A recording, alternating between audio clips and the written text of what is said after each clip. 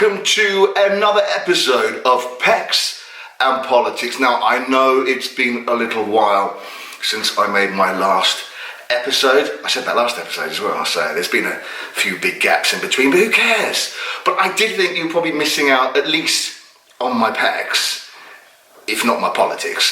So I thought I'd come back and have a little chat with you about what's been going on recently, and something that's really frustrating me, because these little vids do tend to be a little bit of a vent for me, don't they? Now, I listened to a Radio 4 documentary lately. I know a lot of you don't like the BBC, a lot of you seem to think the BBC is biased towards the Conservatives.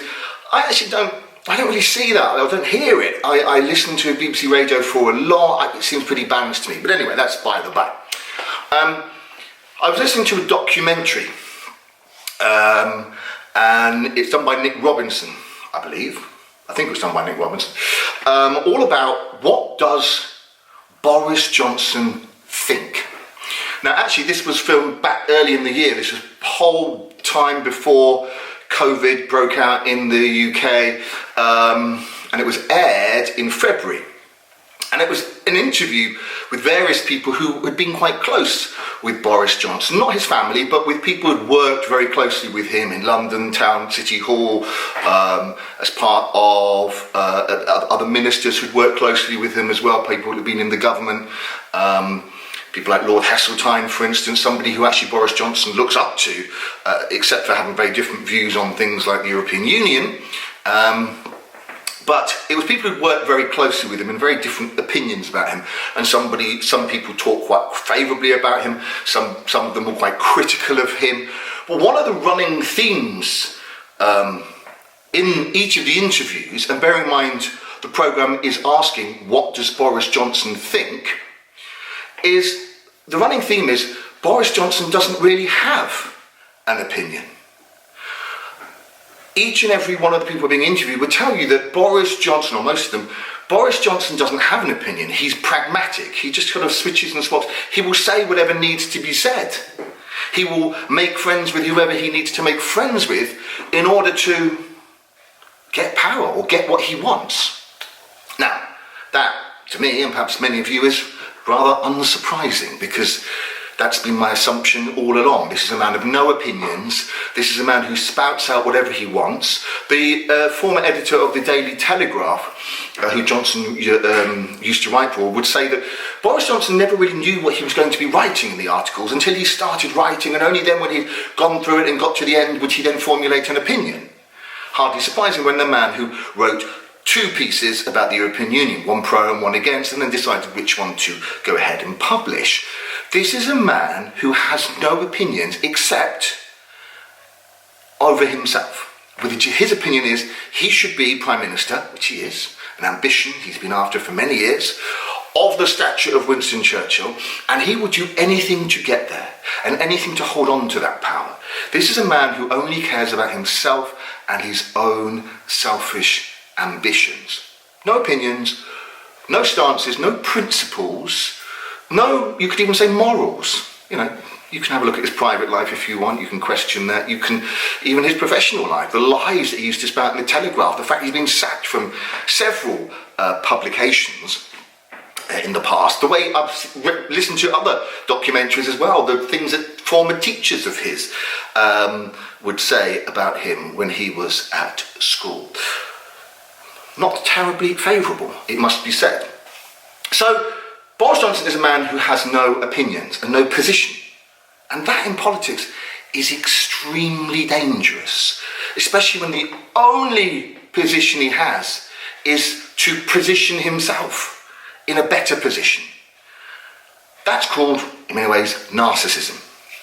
Nothing else matters apart from him. Same as Donald Trump. Nothing else matters apart from him. And he will say or do and befriend whoever that takes in order to get there.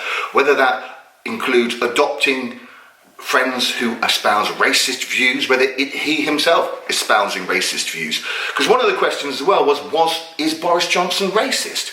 And one of the ladies who worked very closely with him said, I don't believe he is racist. Bear in mind, he has a very diverse background himself. He is of Turkish background. I believe there's some Jewish in there. According to his father now, there's some French in there. He's born in America. So he has a very diverse background himself. His wife, who is now left and gone off with his madam now, his missus, his girlfriend, sorry, and had another baby. His wife is half Indian. So she says, I don't think he is racist, but he's happy to espouse racist views if he thinks that's going to get him support. You know, at one point he was in favour of immigration, and then another minute he criticises it.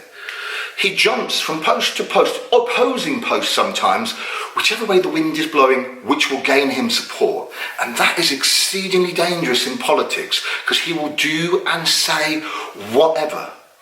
Which brings me to my main point that I wanted to discuss today is U-turns.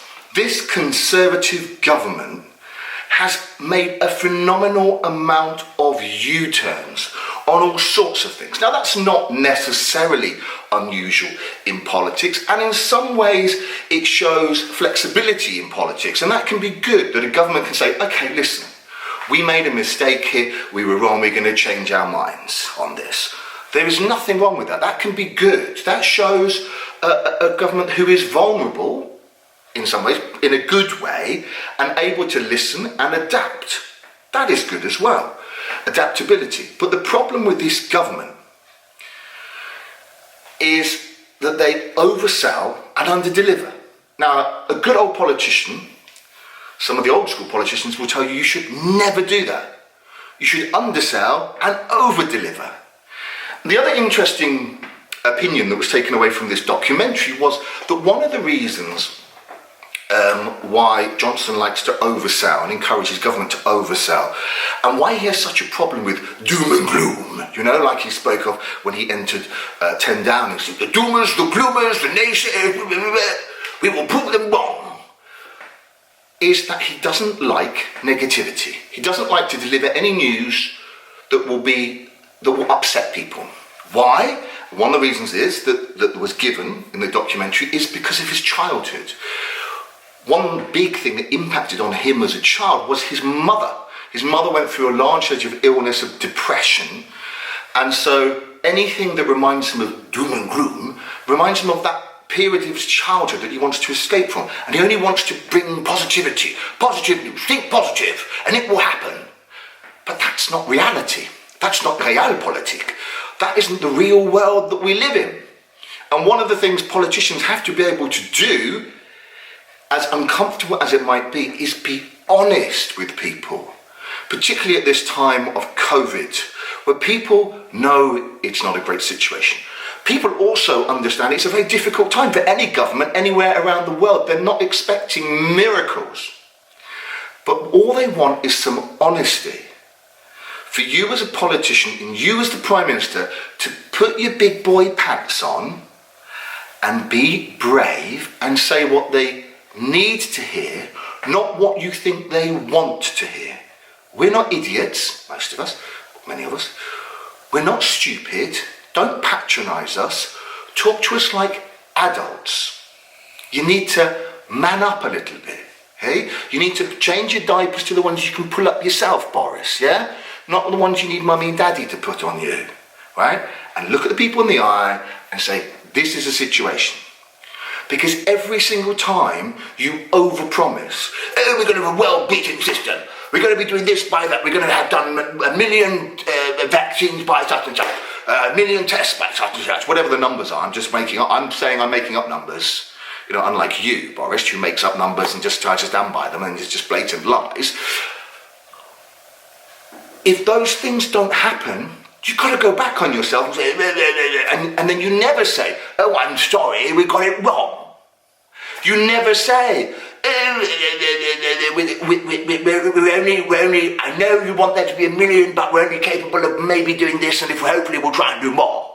That's the that's the reality of it. You can't ever say that. Because you have a problem with telling the truth and being honest with people. And then you have to backpedal. But you backpedal as if it never happened. Like you think we don't have memories. Like you think we don't have televisions and recorders and YouTube where we can look back and see, or have old copies of the Spectator or the Daily Telegraph to read what you wrote in there. So come on, put your big boy pants on, be honest, and you might need to make a bit less or fewer U-turns. Just some advice. But if you were a man of principle and you had an opinion, you might also be able to stand by that and say, well, this is why I did it, because of this. But you don't have an opinion. You don't have any principles that you stand by, except to do whatever Boris Johnson wants to do to further himself. But you're not thinking in the long term. You just think, well, if I tell people this, that will make them happy now.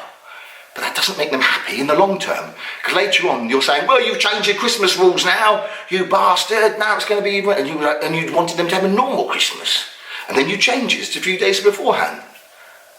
You're not really thinking in the long term, are you? But, hey-ho, we'll see how it works out. So, there we go. That's my little view on why the U-turns and how the U-turns could have been avoided to a greater percent. U-turns can happen. Nothing wrong with that. U-turns happen. This isn't easy. Nobody can predict the future. Nobody knows what's going on with COVID. But just be a little more honest. Even if it's something we don't necessarily want to hear, we can deal with it. There we go. Right, if you have any suggestions for topics I could talk about next time, there are many. There are many that I want to discuss. Then we can do. Also check out my blog, Bendy's blog. You can check it on WordPress. You can see some of the articles that I've written, or blogs, articles, whatever, that I've written recently. And I'll be back soon to discuss more Pecs and politics. Stay tuned. And have a happy new year. Welcome to 2021.